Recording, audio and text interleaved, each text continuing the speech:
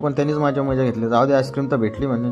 पुढे गेलो, खेळण्यासारखे भरपूर काय काय होते, पण काय आपल्याला पोरं बाळं नाही म्हणून काय आपण काही लहानपण नाही खेळण्याचं. मॉलमध्ये फिरून खूप वेळ झाला होता म्हणून म्हटलं का आपण जाऊया, बड्डे सेलिब्रेट करायचं आहे आपल्याला आणि परत गावाला पण जायचं आहे.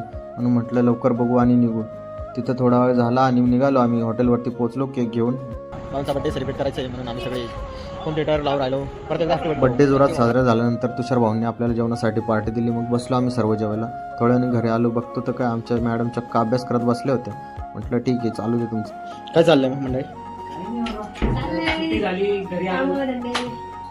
वा, कसली मज्जा हो. येऊ ना आता, येऊ ना. मला वाटलं लग्न कॅन्सल करा. अजय भाऊंची भेट झाल्यानंतर आम्ही लगेच पेठच्या रस्त्याने निघालो गावाकडे जाण्यासाठी. पेठचा रस्ता म्हणजे सावळघाट आलाच. सावळघाट म्हटलं की तो जाम असणारच. तर चला मंडळी, आज इथंच मुक्काम करूया. Good night, bye bye.